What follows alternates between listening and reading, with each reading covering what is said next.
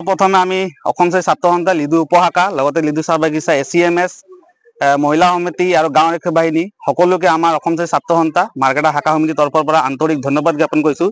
যিহেতু সৰ্বপ্ৰথমে ক'বই লাগিব যিবিলাকে আমাৰ এই ড্ৰাগছ লগতে ৰাগিয়াল বস্তুৰ লগত জড়িত আছে তেওঁলোকক সৰ্বপ্ৰথমে তীব্ৰভাৱে গৰিহণা দি গৈছোঁ। লগতে যিহেতু এতিয়া আমাৰ ৰাইজে লিডু চাহ বাগিচা ৰাইজে সকলোৱে সচেতন হৈছে যে এইবিলাক বস্তু যিসকলে নিজৰ ব্যক্তিগত লাভৰ বাবে নিজৰ উন্নতিৰ বাবে আমাৰ লিডু চাহ বাগিচাৰ পৰিয়ালক আমাৰ নৱপ্ৰজন্মক যি দবংশ দিশে লৈ গৈছে এই আমি কিন্তু কেতিয়াও সহ্য নকৰোঁ। লগতে লিডু চাহ বাগিচা ৰাইজে কেতিয়াও সহ্য কৰা নহ'ব। যিসকল ব্যক্তি আমি দেখিবলৈ পাইছোঁ যে প্ৰায় অচিনাকি ব্যক্তি আমাৰ লিডু চাহ বাগিচাত প্ৰৱেশ কৰিছে, তেওঁৰ উদ্দেশ্য কি? তেওঁৰ উদ্দেশ্য একমাত্ৰ হৈছে ড্ৰাগছ। সেইকাৰণে এই ব্যক্তিসকলকো আমি শুকাই দিব বিচাৰিছোঁ যাতে কোনো কাৰণত বা কোনো কাৰণবশতঃ আমাৰ বাগিচাত তেওঁলোকে কেলে সোমাব। এই ক্ষেত্ৰত আমি আমাৰ মাৰ্কেটা প্ৰশাসন তথা লিডু প্ৰশাসনক আহ্বান কৰিছোঁ যাতে অতি সোনকালে তেওঁলোকৰ ওপৰত ব্যৱস্থা ল'ব লাগে আৰু অতি শীঘ্ৰে এক কঠোৰ আইনী ব্যৱস্থা লৈ কিনি তেওঁলোকৰ কঠোৰ আইনী ব্যৱস্থা লৈ কিনি গ্ৰেপ্তাৰ কৰিব লাগে অতি সোনকালে। অন্যথা কিন্তু আমাৰ লিডু চাহ বাগিচা ৰাইজ তথা আমাৰ বিভিন্ন দল সংগঠনে তেওঁৰ ওপৰত ব্যৱস্থা ল'বৰ কাৰণে আমি সাজু হ'ম।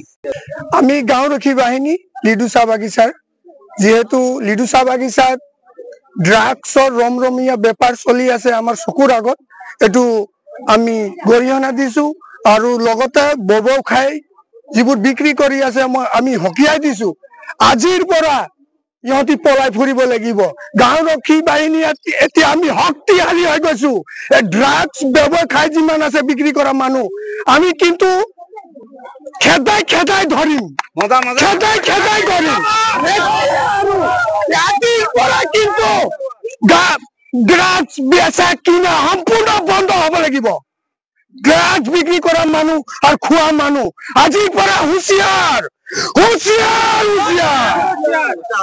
এই বিষয়ে আমি ৰাতি পহৰা দিম, গাঁও ৰক্ষী বাহিনীয়ে পহৰা দিম আৰু স্থানীয় আমাৰ লিডু আৰক্ষীৰ চকীৰ আৰক্ষীক আমি হেল্প ল'ম আৰু ইহঁতক আমি কৰায়ত্ব কৰিম, জেললৈ প্ৰেৰণ কৰিম। আমি আমাৰ লিডু চাহ বাগিচাক আমাৰ চাহ জনজাতি মানুহক ধ্বংস কৰিছে এই মদ পানী আৰু এই ড্ৰাগছটো, বিশেষকৈ ড্ৰাগছটো।